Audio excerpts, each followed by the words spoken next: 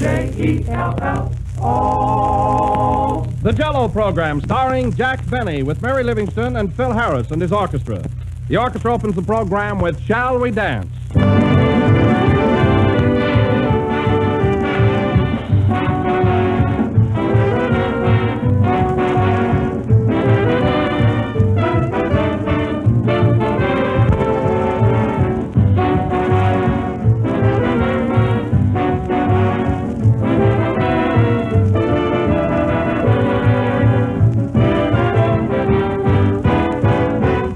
Whether it's a large dinner party or just a regular family meal, whatever the size of the gathering, everybody is sure to enjoy Jell-O for dessert.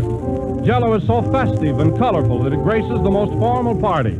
And it's so easy to make, it's a pleasure to serve it often for family dinners. And the reason Jell-O is so popular can easily be explained.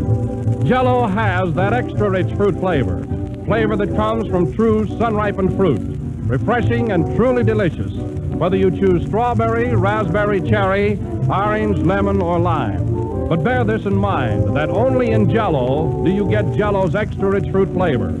So always get genuine Jell-O. Look for the big red letters on the box. They spell Jell-O.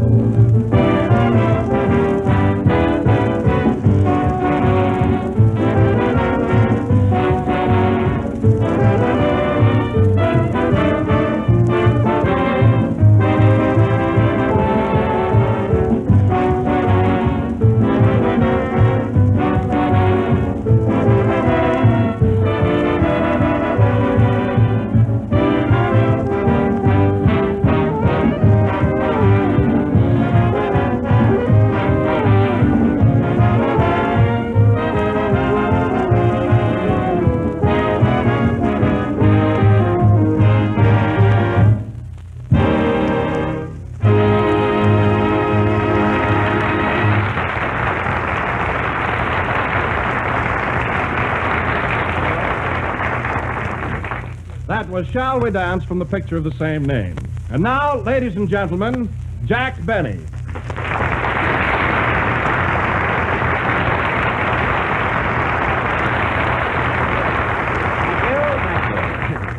Jell-O again. This is Jack Benny talking. And, Don, I must say that was the stingiest introduction you've ever given me. Why, I snub people with more words than that.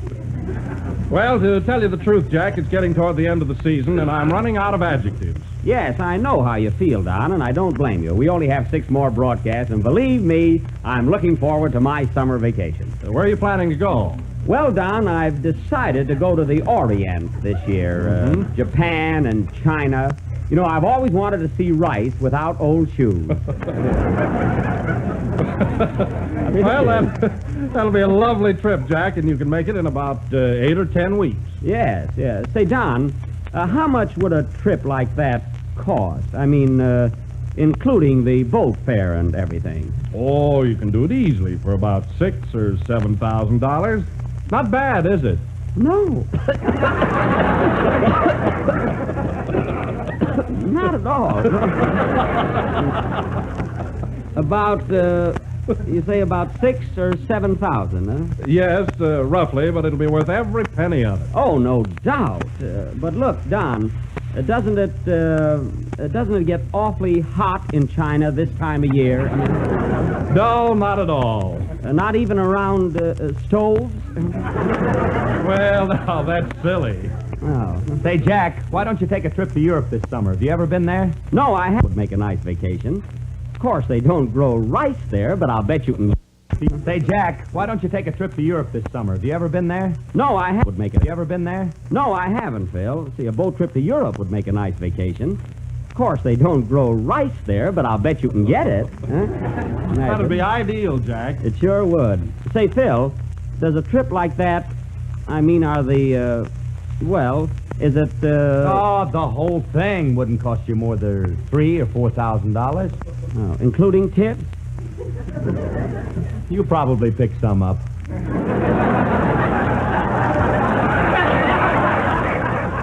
I'm leaving my violin home. Oh. You say that trip would cost about $3,000 or $4,000. Yes, and that's with your boat trip first class. Well, that's reasonable, isn't it? Yeah. First class, too. But, of course, Phil, so many of my friends tell me it's much more fun going over second class. I know they say it's more enjoyable. It's cheaper, too. Oh, is it? Well, I heard there's very little difference between first and second class. Now, wait a minute, Jack. That's wrong. For one thing, second class has no swimming pool. Well, good heavens, Phil, who needs a swimming pool? You got the whole ocean. That's ridiculous.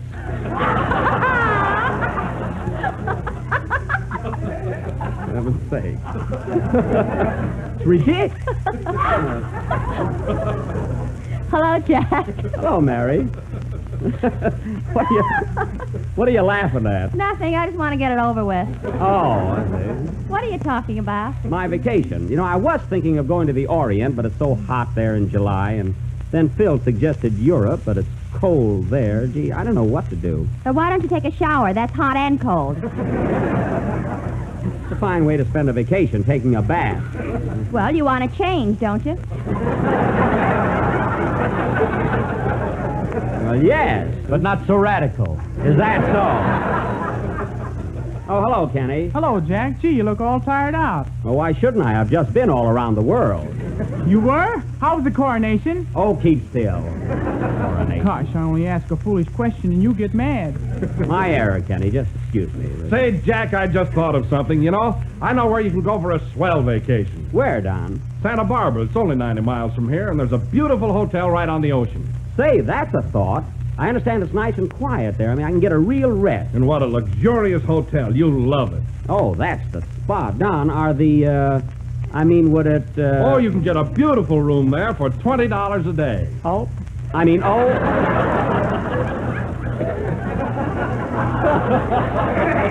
Say, $20 a day. But that includes your meals. But, Don, I'm not hungry. Besides, I hear it gets pretty chilly there on the ocean.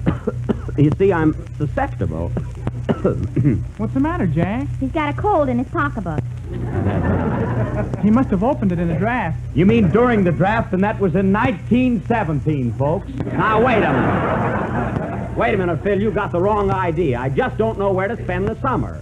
You'll spend it at home if you don't spend some money. I'm not worried about the money. I'm not worried about anything. I just want to take a vacation, that's all. A vacation. Well, you can take one right now. I'm going to sing. Well, go ahead. And for 2 cents, I'd go to Ocean Park. You must think you're a letter. Oh, sing, Kenny.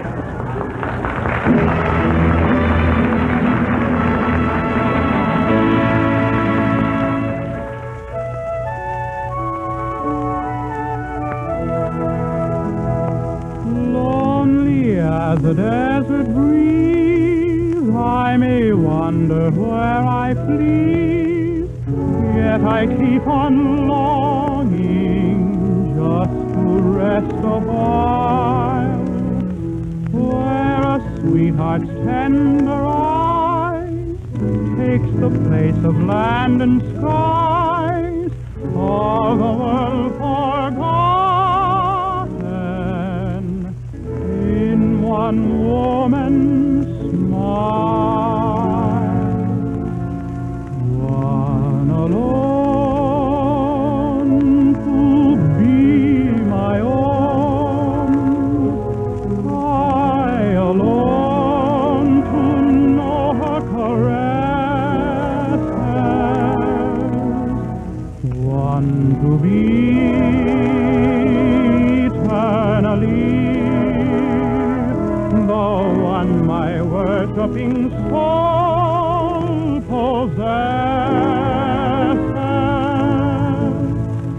At her call, I'd give my all my life and all my love enduring. This would be a magic world to me. If she were mine alone.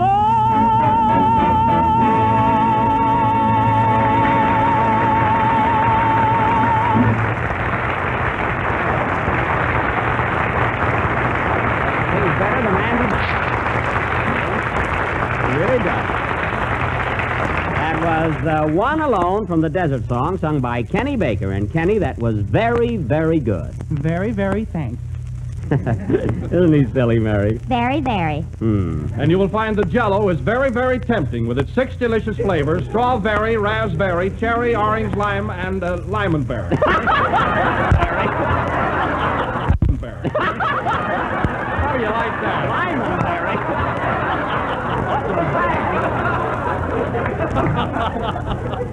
He needs about 4 more years of that. Don, can you do anything with the big red letters? Yes, look for them on each and every box. Wow! Now, Don, that was Cleberry. And now, ladies and gentlemen, going from the very to the sublime, we are going to present as our feature attraction this evening the play which you have been waiting for. In fact, the one that you selected by an overwhelming majority of votes as your favorite. Our new version of Eugene O'Neill's Our Wilderness.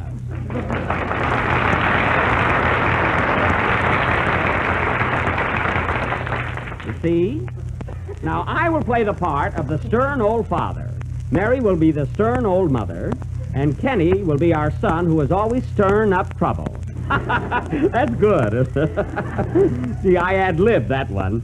I got it in my script, too. Copycat. I had it too, but I rubbed it out. Kenny, don't be so hypercritical. Never mind, let's go on with our play.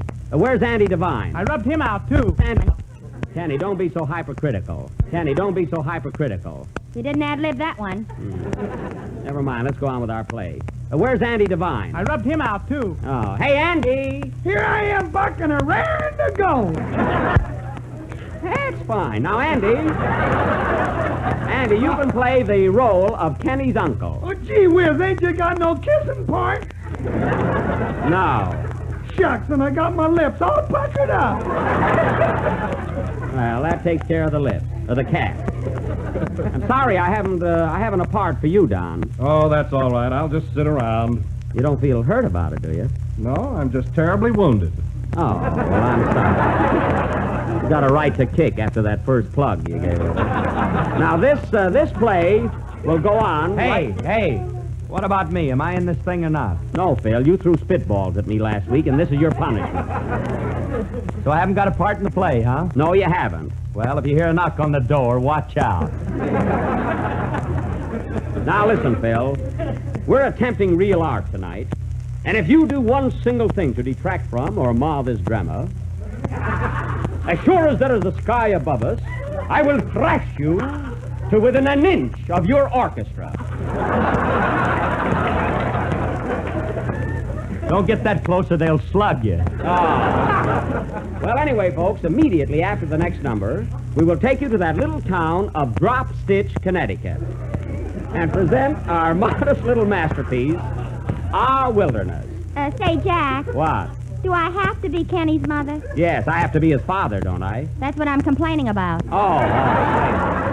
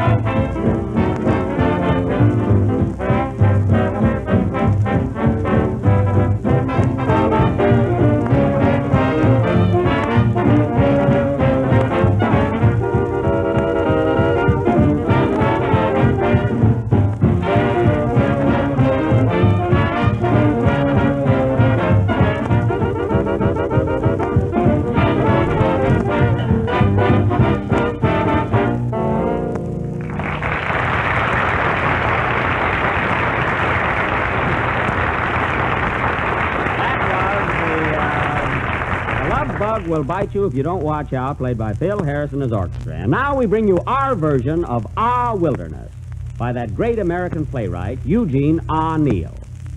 The locale is a small town in New England not far from Boston and not near from here, yet quite a ways from Portland, which is certainly close to Hoffa. That's the silliest thing I've said yet. And certainly got nothing. The opening scene is the home of our young hero, where we find his distracted parents waiting for their wayward son. Curtain. Music.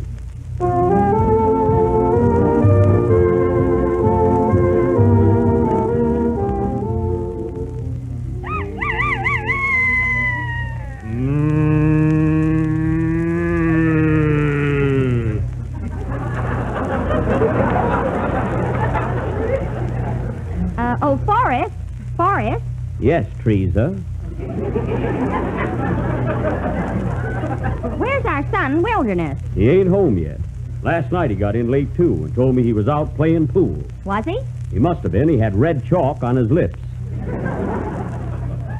Wonder what time it is. Here it is, 17 minutes of 9. And that son of ours still gallivanting around. Well, don't worry, Pa. He's a good boy and smart, too. He got the biggest marks in school and stood at the head of the class. Where he got the marks, he had to stand. I tell you, Teresa, I don't know what this younger generation is coming to. On the way home tonight, I actually saw a young couple holding hands before it got dark. What's the matter with that? When I was young, boys never thought of doing the things they do today. That's why they didn't do them. I never thought of that. You know, Pa, I've been thinking. You really got to talk to Wilderness and tell him the facts of life. He's going on 29. When I was his age, I was wearing long pants. About time you had him pressed. Well, I guess you're right, Ma. That boy of ours ain't a child anymore. Has he got a shaving mug? Yep, but he never shaves it.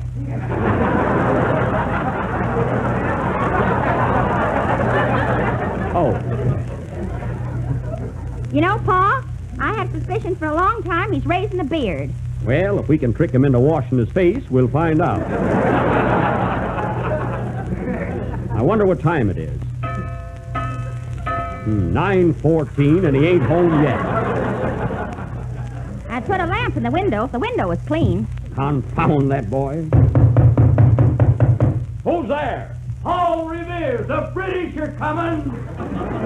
That was over 100 years ago. I told my horse that, but he talked me out of it. Must be riding pompoon. Well, Teresa, you better get to bed. I'll wait up and talk to Wilderness. I'll wait up, too. We may have to gang up on him. That's right. What's that? Forrest! Oh, Forrest! What is it, Uncle Ferncliff? I got bad news for you. You know that Thompson gal who wears high heels and puts ketchup on her fingernails? You mean Annabelle Thompson? That's the filly! Well, what about her? What about her? Forrest, that son of yours has been writing her letters. My son writing her letters? I don't believe it. That's Ripley's worry. Quiet. Be careful what you say, Ferncliff. I found one of them letters, and here it is. You did, eh? Well, read it. Read it. It says, Dear Annabelle. Wait. I can tell from them words. This ain't going to be fit for no woman's ears. Leave the room, Teresa. Give me that letter and you leave the room. Read on, Poincliff. I've got to know.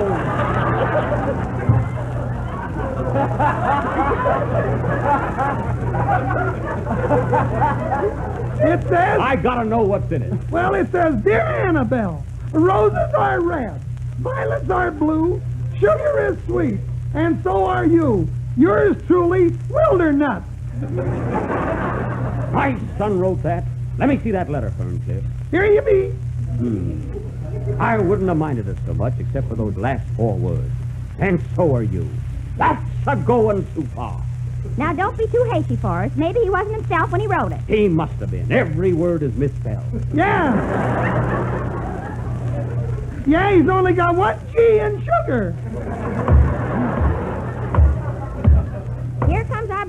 Annabelle. Forrest, you must talk to him. Ah, Father. Ah, Mother. Ah, Wilderness.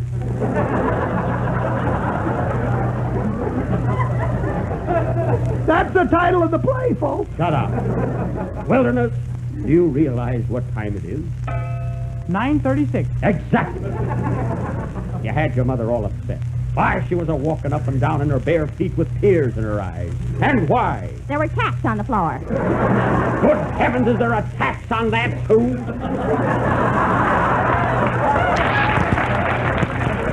Yep, and it ain't amusement. Wilderness, Uncle Ferncliff found a love letter you wrote to Annabelle Thompson. What do you say to that?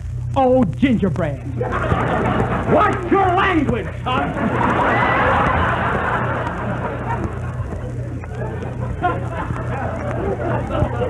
Did you have a drink before you came home? Yes, Father, a malted milk. A malted milk, eh? Was there an egg in it? Well, I... Answer me, son! Was there an egg in it?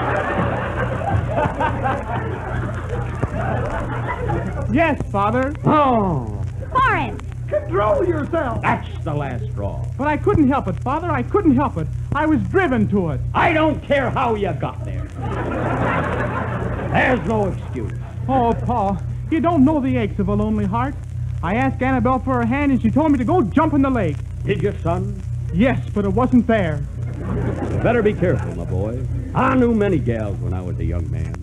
Ah, but your mother was different. Yeah, she got hooked. I know how you feel, son. When I first proposed to your ma, she turned me down. Then I felt so bad I drank a glass of iodine. Was there an egg in it? Leave the room, Teresa. I'm going to have a talk with Wilderness about the facts of life. I hope you learned something. Come here, son. You're going on 29 and approaching manhood. And there are a few things you ought to know. What is it, Dad? Wait a minute. Ferncliff, lock the door. Shut the window and close the transom. Okay, shall I turn off the steam? That's my asthma. How did they shut that off? Now, first, Wilderness, I'm going to read you that letter you wrote to Annabelle Thompson. Oh, Dad. Dear Annabelle, roses are red, violets are blue, sugar is sweet, and so are you. Gosh, did I write that? It wasn't Eugene O'Neill. I'll handle this, Ferncliff. Ah, Wilderness, tell me, how would you feel if you got a letter like that? I don't know, Dad, but I can find out. How? I'm gonna sit right down and write myself a letter. Write yourself a letter, And son? make believe it came from you. Can't you hear me calling when the leaves are gently falling? I'm gonna say things oh so sweet. Yeah, man. That will knock me off my feet. Razzmatazz. With kisses at the bottom. Gee, I'm glad I got. I'm gonna write and say I hope you're feeling Sophisticated lady. better. You're a fascinating baby. And close with love the way you do. And Jell-O, too. I'm gonna sit right down and write myself a letter. Letter. Pretty baby. And make believe it came from you. Shut!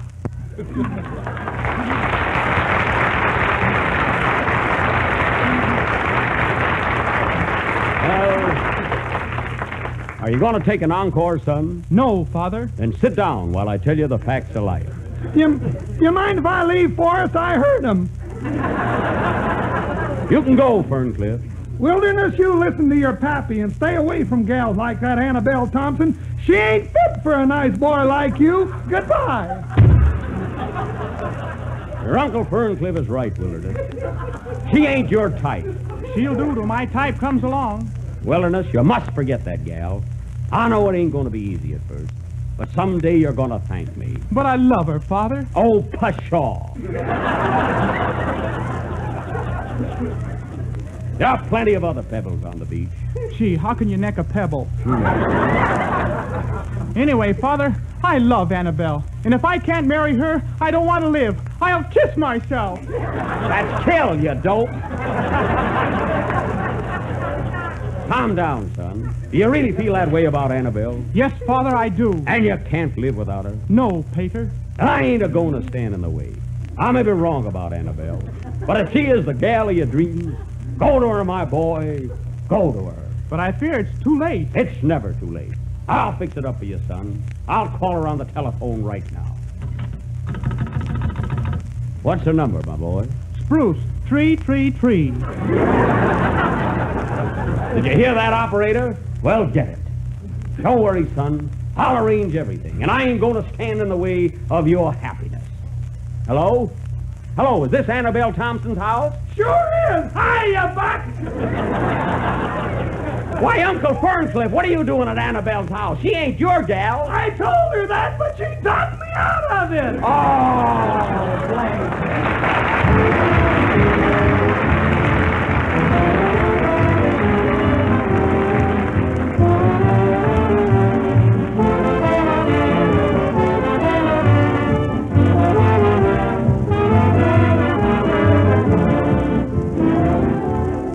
Everybody, young and old, enjoys dessert, and here's a dessert that will make a tremendous hit.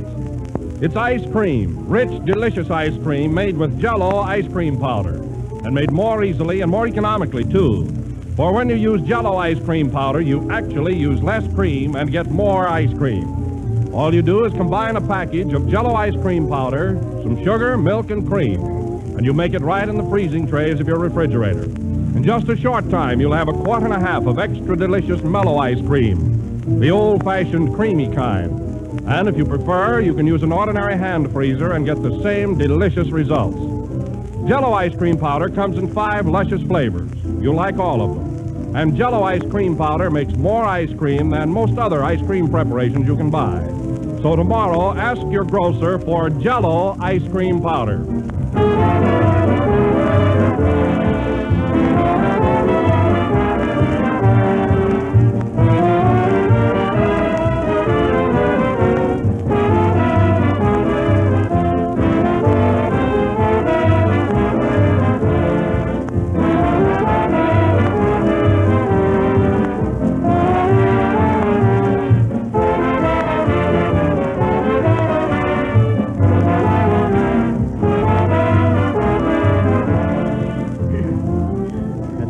Number of the 33rd program in the new Jell-O series, and we'll be with you again next Sunday night at the same time. I hope you all liked our play, Our Wilderness. Jack, I must compliment you. You did a wonderful job of acting. You really surprised me. Well, Don, I really surprised myself. I hope some picture producers were listening in. If they were, they heard a remarkable performance. I didn't like it. Now, I knew you wouldn't, Phil. You're just jealous because you weren't in it. I was in it, and I'm not jealous. Well, Kenny, you gave a sterling performance. Is that so? I was as mediocre as you were. Well, never mind. Huh? Oh, Jack. What? A wire just came in from Eugene O'Neill. Oh, what does he say? Jack Benny, NBC Studio, Hollywood. Just heard your version of my play, All Wilderness. All me. Well, that's the last time I'll ever do one of his plays. That's in the wire, too. Good night, Cole.